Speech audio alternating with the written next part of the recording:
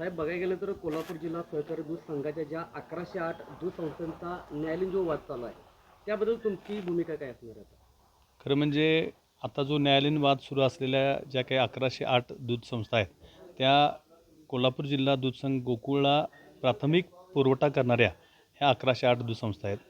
ह्या दूध संस्था कुणा एका व्यक्तीच्या किंवा कुठल्या एका पक्षाच्या अशा दूध संस्था नसून गेली कित्येक वर्ष दूध संघाला दूध पुरवठा करणाऱ्या ह्या सभासदांच्या मालकीच्या संस्था आहेत.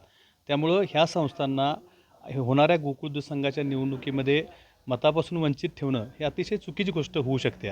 त्यामुळं ह्या दूध संस्थांचं जे मतदान आहे किंवा ज्याचा मताचा हक्क आहे तो अबाधित राहण्यासाठी एक संचालक या नात्यानं राधान तालुक्यातील नव्हे तर कोल्हापूर जिल्ह्यातील अशा प्रकारच्या सर्व ज्या संस्था आहेत त्या सर्व संस्थांचं मताचा हक्क अबाधित राहण्यासाठी त्यांना सर्वतोपरी जे सहकार्य आहे ते तांत्रिक स्वरूपाचं असेल, न्यायालयीन स्वरूपाचं असेल, हे सर्व सहकार्य करून ह्या संस्थांचा मताचा हक्क अबाधित ठेवण्यासाठी मी प्रयत्न करणार आहे.